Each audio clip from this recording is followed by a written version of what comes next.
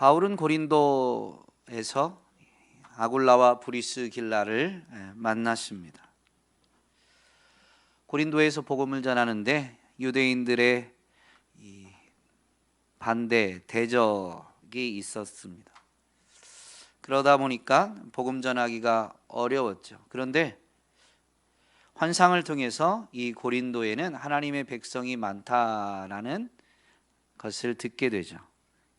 그래서 유대인들의 대적에도 불구하고 1년 6개월을 더 머물면서 하나님의 말씀을 가르치고 전파했습니다.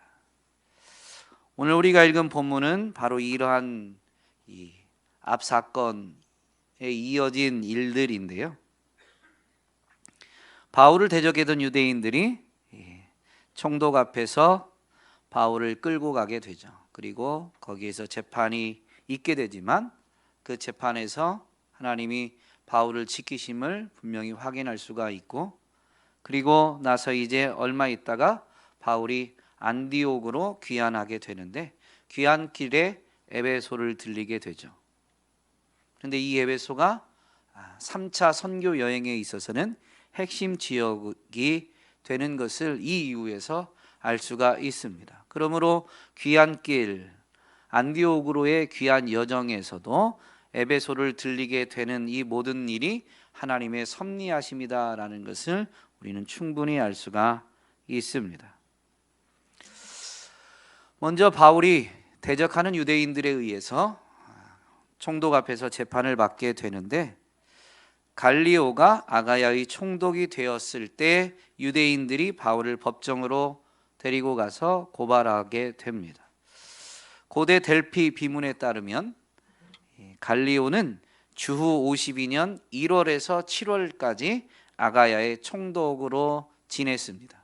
그러므로 갈리오가 아가야의 총독이 되었을 때이니까 주후 52년 1월쯤, 정확한 날짜는 알 수가 없지만 어쨌든 그때니까요. 1월쯤에 이 사건이 일어난 것으로 보이고, 앞에서 설명했던 바울이 고린도에서 1년 6개월을 머물렀다라고 할 때 그 긴 사역 기간 중에서 거의 말기, 거의 끝자락이었다라는 것은 분명히 알 수가 있죠. 왜냐하면 이 사건, 총독 앞에서 재판을 받는 사건 이후에 며칠 있다가 바울은 고린도를 떠나서 귀환하게 되니까 1년 6개월의 사역 기간 중 거의 끝자락이었다라는 것은 충분히 알 수가 있는 부분입니다. 대적했던 유대인들이 바울을 고발한 내용은 바울이 율법을 어기면서 하나님을 예배하라고 사람들을 설득했다라는 것이죠. 본문 안에 바울이 율법을 어겼다라고 고발하면서도 어떤 율법을 어겼다라는 것은 기록하고 있지 않습니다만은 그동안의 1차, 2차 선교 여행 중에서 바울은 끊임없이 유대인들의 대적을 받게 됩니다. 그러한 내용들을 우리가 참고해 본다면 바울은 이 고린도에서도 유대인들이 바울이 할례, 율법 준수하는 이 문제를 언급하지 않은, 즉 할례를 받지 않아도 된다라고 말한 것을 문제 삼은 것으로 생각이 됩니다. 더군다나 이렇게 생각할 수 있는 충분한 근거는 고린도전서의 기록에 보면 바울은 고린도 교회에 이렇게 가르치는 내용이 기록되어져 있는데요. 할례를 받은 것이나 안 받은 것이나 그것은 문제가 아니고 하나님의 계명을 지키는 것이 중요합니다. 7장 19절 말씀에 있는데요. 할례를 받은 것이나 안 받은 것이나 그것은 문제가 아니다라는 것을 언급하죠. 그러므로 유대인들이 지금 바울을 대적하면서 문제 삼은 이 율법을 지키지 않았다라는 것은 할례 문제였을 가능성이 매우 큽니다. 유대인들의 고발에 바울이 이제 자신을 변론하려고 하는데 갈리오는 바울의 변호를 듣지 않고 오히려 고발한 사람들의 고소를 잘라버립니다. 너희들이 고발한 것이 사회 질서를 무너뜨리는 불법이 아니라 유대교의 언어와 명칭과 법에 관한 것이라면 너희들 스스로 처리해라 라고 하면서 그들의 고소 고발을 거의 기각해 버립니다. 그렇게 해서 쫓겨난 유대인들은 이제 총독이 그렇게 하니까요, 바울은 어떻게 해를 가하지 못하고 그들은 회당장 소스데네를 잡아다가 법정 앞에서 갈리오가 볼 수 있는 데에서 이 회당장 소스데네를 심하게 때립니다. 그런데도 불구하고 갈리오는 조금도 상관하지 않죠. 그들이 그들의 이 그들의 종교 안에 있는 어떤 명칭의 문제로 다투는 것들은 그냥 그들 스스로 해결할 문제다라고 여기고 갈리오가 개입하지 않은 것입니다. 유대인들의 고발 사건 이후에 바울은 며칠 더 머물다가 안디옥으로 돌아가죠. 회당장 소스데네를 이렇게 때렸는데도 불구하고 갈리오가 개입하지 않았다라는 것은 유대인들끼리 종교 문제로 이렇게 물리적으로 해를 가하는 일들이 생겨도 갈리오가 개입하지 않을 수 있는 것이고, 그것은 더 고린도에 남아서 복음을 전하다가는 유대인들의 거센 이 대적, 물리적으로 박해를 가하는 일들을 결국은 바울이 당할 수밖에 없다라는 것을 충분히 유추할 수가 있죠. 그래서 이제 바울은 고린도의 사역을 마무리하게 됩니다. 그렇게 고린도 사역을 마무리하고 안디옥으로 귀환하게 되는데, 귀환하는 중간에 바울은 이 겐그레아를 들리게 되고 거기에서 서원한 것이 있어서 머리를 깎았다라고 본문은 기록하고 있습니다. 바울이 서원한 것이 무엇인지는 알 수가 없지만 구약 성경에 정통했던 바리새파 출신의 바울을 생각해 본다면 이 나실인의 서원이었을 것입니다.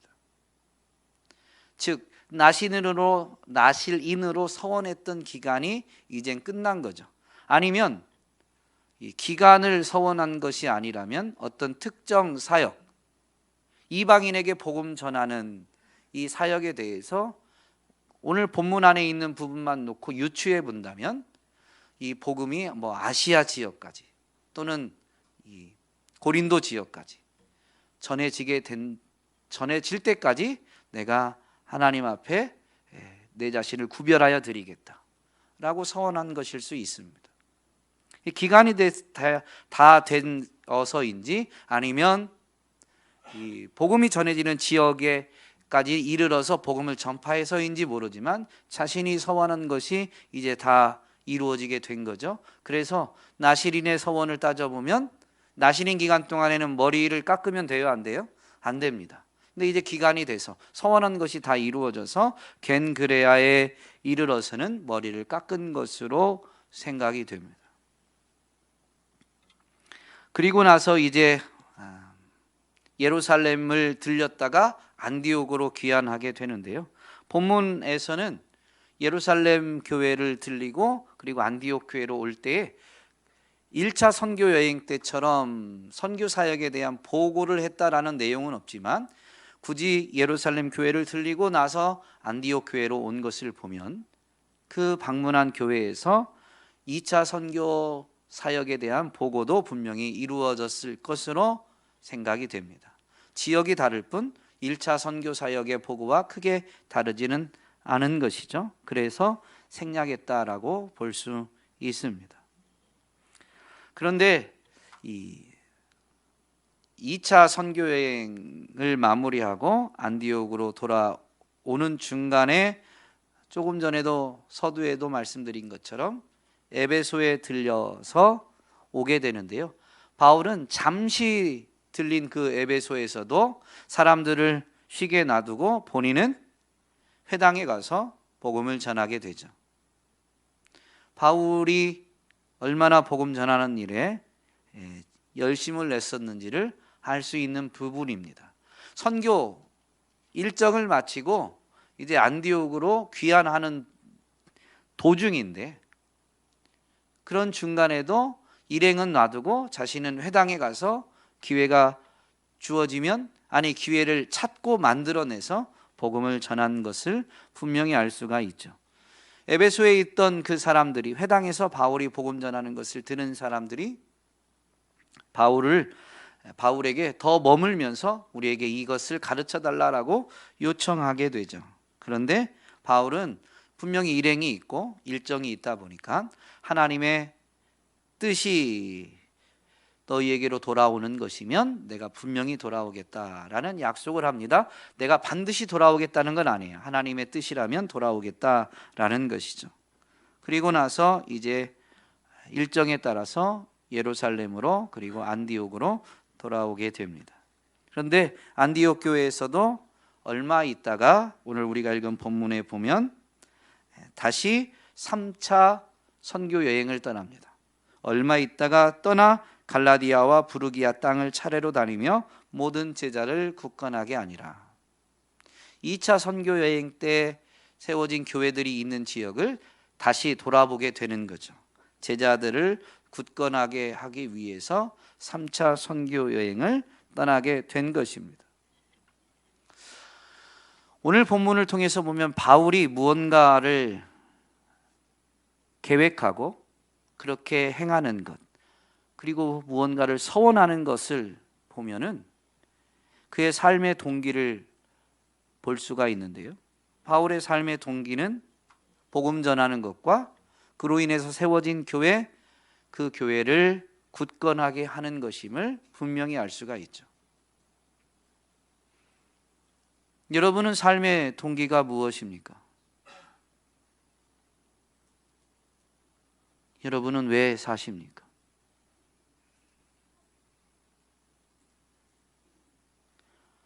우리는 한번 심각하게 바쁘게 살아가는 삶의 패턴을 좀 멈춰놓고 한 번쯤은 스스로에게 질문을 좀 해봐야 돼요.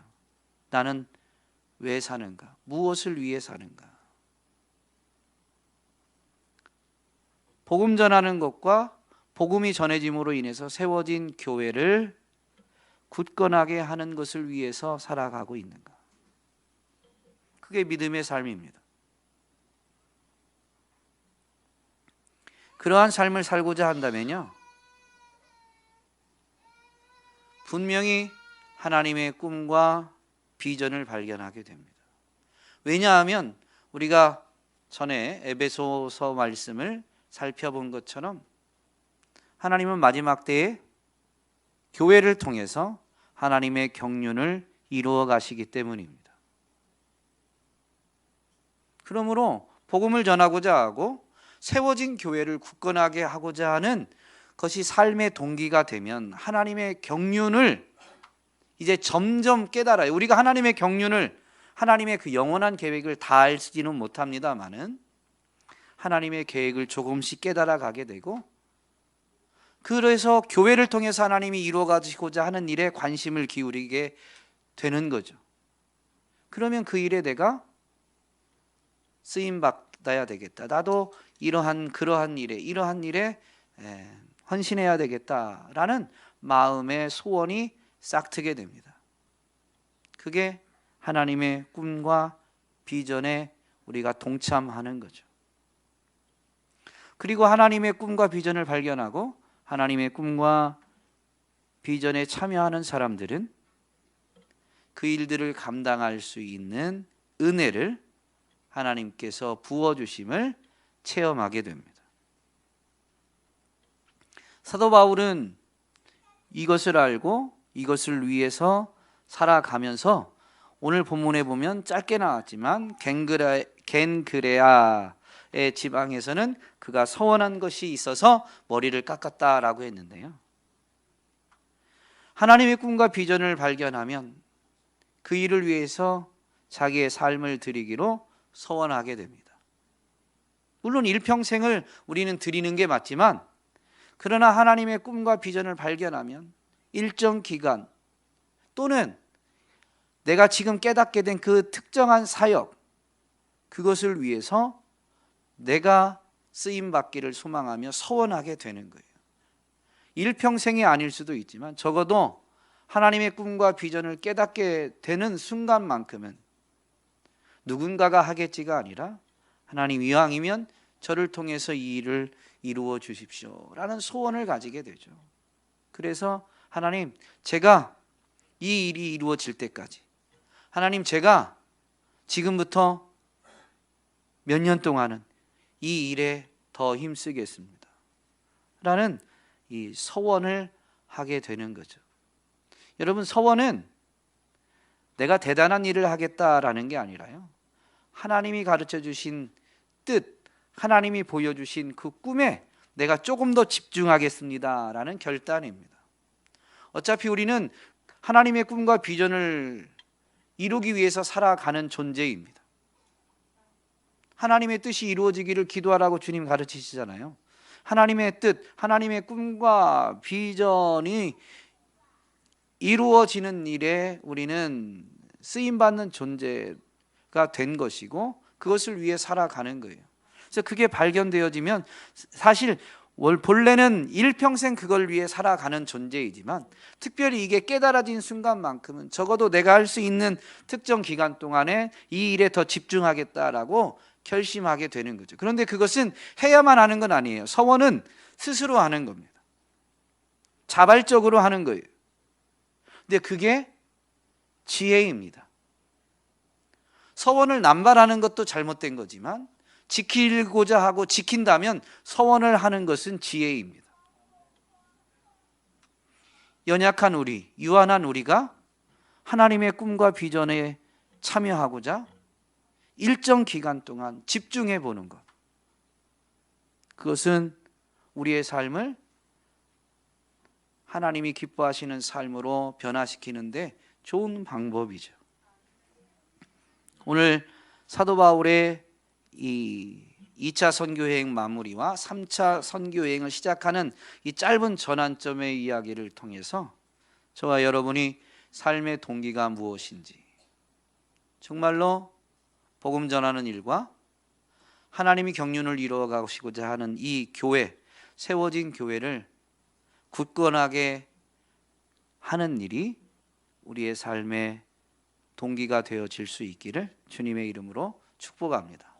그래서 정말로 복음 전하는 일에, 교회를 굳건히 하는 일에 쓰임 받고자 한다면 정말로 그 일이 무엇인지 더 구체적으로 하나님의 뜻, 하나님의 꿈과 비전을 발견하게 되실 것인데, 그것이 발견되어졌다면 이왕이면 기간은 여러분이 정하시겠지만, 아니면 어떤 사역은 여러분이 깨달은 대로 결정하시겠지만, 정말로 특정 사역 또는 특정 기간을 서원하시면서 하나님 앞에 쓰임받게 되어지는, 그래서 여러분을 통해서 하나님의 경륜이, 하나님의 그 신비롭고 영원한 뜻과 계획이 이루어지게 되는 저와 여러분이 될 수 있기를 주님의 이름으로 축복합니다.